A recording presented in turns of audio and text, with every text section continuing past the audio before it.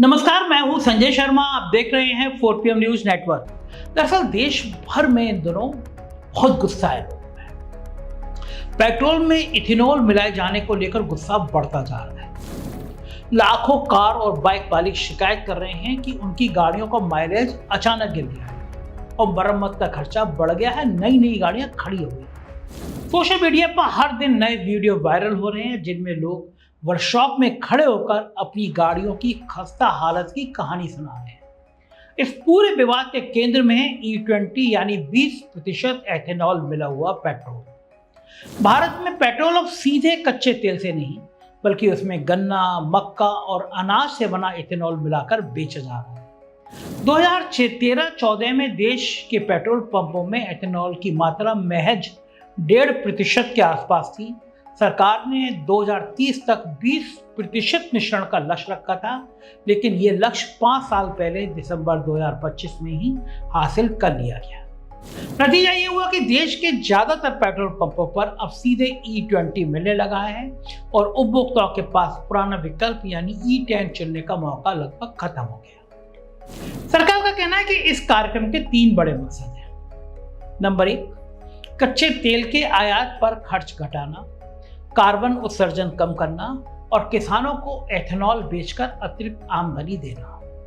सरकारी आंकड़ों के मुताबिक 2014-15 से अब तक इस कार्यक्रम से विदेशी मुद्रा में लगभग 1.9 लाख करोड़ रुपए की बचत हुई है। और बड़ी बड़ी कहानियां की गई हैं कि किसानों को हमने इतना रुपए दे दिया और कार्बन डाइऑक्साइड उत्सर्जन में इतनी कमी आ गई, लेकिन ऐसी कहानियों का कोई भरोसा नहीं होता है, क्योंकि ये फायदा आम गाड़ी चालक की जेब में दिखने की जगह उसके लिए परेशानी का सबब बनता दिख रहा है। हर शहर, हर चौराहे में अब चर्चा हो रही है। इसके पीछे विज्ञान भी है। एथेनॉल में पेट्रोल के मुकाबले ऊर्जा का घनत्व कम होता है, यानी 1 लीटर एथेनॉल मिश्रित पेट्रोल उतनी ऊर्जा नहीं देता जितनी शुद्ध पेट्रोल देता है।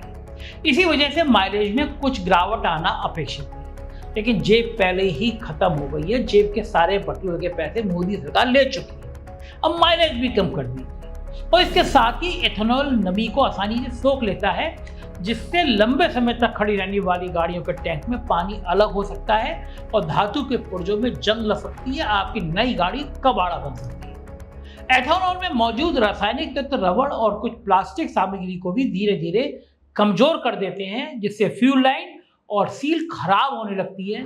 ये सारी दिक्कत खासकर उन गाड़ियों में गंभीर होती है जो मार्च 2023 से पहले बनी थी, जब E20 के लिए इंजन प्रमाणित नहीं होते थे।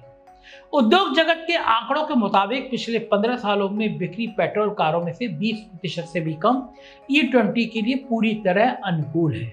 एक आम उदाहरण के तौर पर, जो व्यक्ति महीने में सिर्फ 2-3 दिन ही गाड़ी चलाता है, वो जब कई दिनों बाद गाड़ी निकालता है तो पाता है कि जो कार पहले 14 किलोमीटर प्रति लीटर का माइलेज देती थी, वो अब 9.5 किलोमीटर प्रति लीटर पर आ गई है। यानी लगभग 31% की गिरावट, जो सरकार द्वारा बताई गई 1 से 6% की सीमा से कहीं ज्यादा है। इसलिए सरकार की बातों का भरोसा आप ज्यादा किया मत कीजिए। ऐसी शिकायतें हजारों लाखों की तादाद में सोशल मीडिया पर छाई हुई हैं।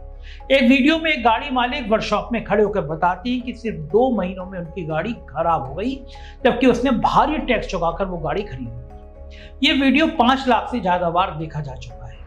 एक स्वतंत्र सर्वे में, जिसमें देश भर के 36,000 से ज्यादा गाड़ी मालिकों से राय ली गई, करीब 66% लोगों ने E20 के राष्ट्रव्यापी रोल आउट का विरोध किया।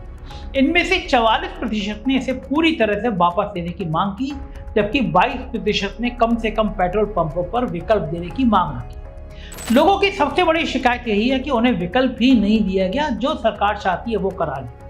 पहले पेट्रोल पंप पर सामान और प्रीमियम पेट्रोल का विकल्प होता था। अब ज्यादातर जगह सीधे E20 भर दिया जा रहा है गाड़ी में, बिना किसी सूचना या चेतावनी के। सरकार तो बड़ी बड़ी बातें करती है, खारिज कर देती है। नितिन गडकरी आलोचकों को चुनौती देती हैं कि दुनिया में कहीं भी कोई ये गाड़ी दिखा दी जाए जिसमें E20 पेट्रोल से नुकसान हुआ।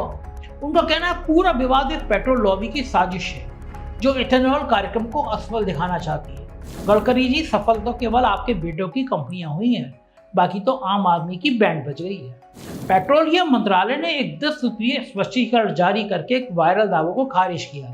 सरकार का काम ही है इस तरह की चीजें खारिज करती रहे, तरह तरह की कहानियां बताते रहे, आपको बताते रहे कि ये सब बेकार की बात है, तुम तो केवल हिंदू मुसलमानों में फोकस करो, यानी कहानियों में उलझे रहो। मंत्रालय दावा कर रहा है परीक्षणों में कोई ऐसी समस्या नहीं मिली है। हालांकि मंत्रालय ये भी कह रहा है कुछ रबर पुर्जों को समय से पहले बदलने की जरूरत पड़ सकती है। पेट्रोलियम मंत्री हरदीप सिंह पुरी, वही वाले फाइल, आपको याद होगा एफएसएन फाइल वाले, उन्होंने खुद स्वीकार किया कि नई गाड़ियों में माइलेज 1 से 2% और पुरानी गाड़ियों में 6% तक घट सकता है। पुरी साहब, जरा दिल पे हाथ रख के मध्यम वर्ग से पूछिए, गाड़ी चलाते हैं तो पैसा लगता है, पेट्रोल ही खून डाल रहे हैं अंदर गाड़ी के। महंगाई का हाल देख रहे हैं। सरकार ने चींटियों, मधुमक्खियों के आकर्षित होने, गन्ने के रस को सीधे मिलाने और पानी की खपत जैसे कई वायरल दावों को भ्रामक बताया और यह भी साफ किया कि E20 के इस्तेमाल से वारंटी या बीमा पर कोई असर नहीं पड़ता। मैं फिर कह रहा हूं, सरकार की बातों में मत जाइए। विवाद उस समय और भड़क गया जब एक अदालती सुनवाई के दौरान अटॉर्नी जनरल आर वेंकटरमैया का यह बयान वायरल हो गया कि एथेनॉल मिश्रण एक एक्सपेरिमेंट प्रयोग है, यानी प्रयोग है जिसके नतीजे अगले साल तक सामने आएंगे। कर्नाटक सरकार में मंत्री और कांग्रेस नेता प्रियंक खड़गे ने पति का हमला बोलते हुए कहा कि जब गडकरी सार्वजनिक तौर पर चुनौती दे रहे हैं तब सरकार खुद अदालत में इसे प्रयोग बता रही। उन्होंने इसे 3.5 करोड़ भारतीयों पर किया गया प्रयोग करार दिया। सरकार ने सफाई दी कि यह सुनवाई एथेनॉल खरीद के ठेके से जुड़ी थी, ना कि मिश्रण से। वैज्ञानिक वैधता से और मीडिया रिपोर्टों में बयान को गलत तरीके से पेश किया गया, सरकार कह रही है। लेकिन तब तक यह मामला पूरी तरह से राजनीतिक रंग दे चुका था। दिल्ली में एक सामाजिक कार्यकर्ता तहसीन पूनावाला ने इस नीति के खिलाफ विरोध प्रदर्शन का ऐलान कर दिया, जिसमें हजारों लोगों ने दिलचस्पी दिखाई। इस विवाद ने पूरी तरह से राजनीतिक पॉलिटिकल शक्ल ले ली है। सरकार समर्थकों का कहना है कि विवाद पेट्रोलियम लॉबी और विपक्ष की मिलीभगत से खड़ा किया गया है ताकि एक दूरदर्शी ऊर्जा नीति को बदनाम किया जा सके और अमेरिका, ब्राजील जैसे देशों का हवाला देकर इसे वैश्विक मानकों के अनुरूप बताया जाता है। अच्छा है सरकार ने यह नहीं कहा कि विरोध में पाकिस्तान का हाथ है। दूसरी तरफ आलोचकों का कहना है कि ये नीति बिना पर्याप्त सलाह मशवरे और बिना विकल्प के लागू कर दी गई। कुछ टिप्पणीकारों ने इसे नोटबंदी जैसे पुराने फैसलों से जोड़ते हुए तीखी भाषा में आलोचना की है और इसे नागरिकों की निष्ठा की परीक्षा तक बताया है। लेकिन हकीकत शायद इन दोनों नजरियों के बीच कहीं है। नीति के आर्थिक तर्क वाजिब हो सकते हैं, लेकिन उपभोक्ताओं का भरोसा जीतने में सरकार फेल रही, कई मामलों में फेल रही है। अंतर्राष्ट्रीय तुलना में अमेरिका में E10 मानक ईंधन है और E15 का विस्तार हो रहा है, जबकि ब्राजील में E27 अनिवार्य है और वहां 80% से ज्यादा नई गाड़ियां फ्लैक्स फ्यूल मॉडल हैं जो किसी भी अनुपात में पेट्रोल इथेनॉल मिश्रण पर चल सकती हैं।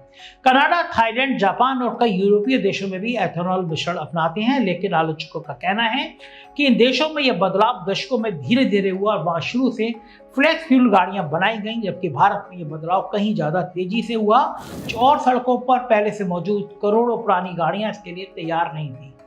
पर्यावरण और खाद्य सुरक्षा का पहलू भी इस बहस में अहम है। परीक्षणों में एथेनॉल मिश्रण से कार्बन मोनोऑक्साइड उत्सर्जन दोपहिया वाहनों में करीब 50% और 4 पहिया वाहनों में 30% घटा पाया गया। लेकिन विशेषज्ञ कहते हैं एथेनॉल बनाने के लिए गन्ना, मक्का और चावल जैसी फसलों को खाद्य आपूर्ति से हटाकर ईंधन उत्पादन की तरफ मोड़ा जा रहा है, जिससे अनाज की परेशानी पैदा हो सकती है।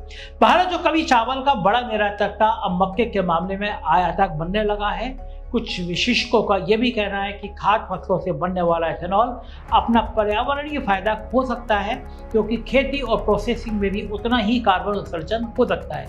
एथेनॉल संयंत्रों के भूजल इस्तेमाल को लेकर उठे सवालों को भी सरकार ने भ्रामक बताया और कहा है आधुनिक संयंत्र सख्त पर्यावरणीय नियमों के तहत काम करते हैं। वाहन निर्माता संगठनों का कहना है कि नई गाड़ियां E20 के लिए प्रमाणित हैं और वारंटी प्रभावित नहीं होती। हालांकि पुरानी गाड़ियों में कुछ पुर्जे समय से पहले बदलने पड़ सकते हैं और बड़ी बड़ी कंपनियां दोहराती रहती हैं, लेकिन लोग परेशान हैं, लोग दुखी हैं, लोग समझ नहीं पा रहे हैं कि सरकार को ये सोचता क्या है। कभी वो नोटबंदी कर देती है, कभी GST कर देती है, कभी आपकी गाड़ियों में जबरदस्ती कर देती है कि पेट्रोल के संग एथेनॉल भी डालो। एक दो नहीं, आप पेट्रोल पंप में चले जाइए, वहां खड़े हो जाइए, लोग तरह तरह की परेशानियां लेके आ रहे हैं, लेकिन सरकार सुनने को तैयार ही नहीं। सरकार क्यों सुने? सरकार मस्त है, सरकार मंदिर में चंदा चोरी में बिजी है और अब्दुल की चूड़ी टाइट करने में व्यस्त है। आप जाने, आपका काम जाने। आपकी गाड़ी की हालत क्या है, कमेंट करके जरूर बताइएगा, मुझे पता तो चले आपकी गाड़ी में केवल मोदी जी की बातें जा रही हैं या सच में पेट्रोल भी जाना है। शुक्रिया, थैंक यू।